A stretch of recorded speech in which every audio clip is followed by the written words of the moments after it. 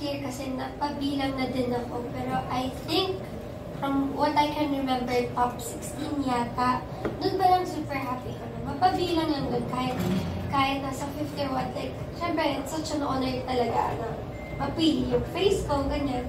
So, nung nalaman ko na parang top 1 ako, ano lang yun ay random Tuesday yata yun or something. Tapos nag-aayos ng buhok.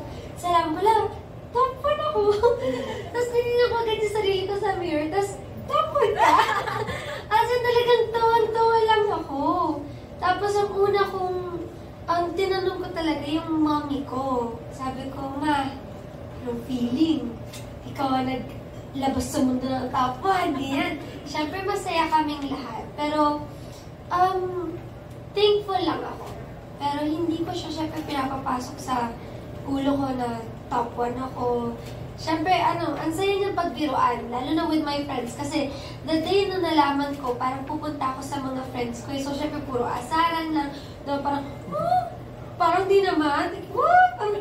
Over Jisoo, gumaganon sila. Parang, pero, happy lang talaga ako. Ang saya lang niya. Happy, but, hindi ko siya pinapapasok sa ulo ko na top 1 ako. Kasi ayoko naman na doon lang nakadepende yung pagkatao ko tsaka yung lahat ng pinaghirapan ko, diba? Iba pa rin lahat yung bilang artista ko tapos naging top 1 ako. Napag-usapan namin sa pananakay niya. Pero okay na. Satisfied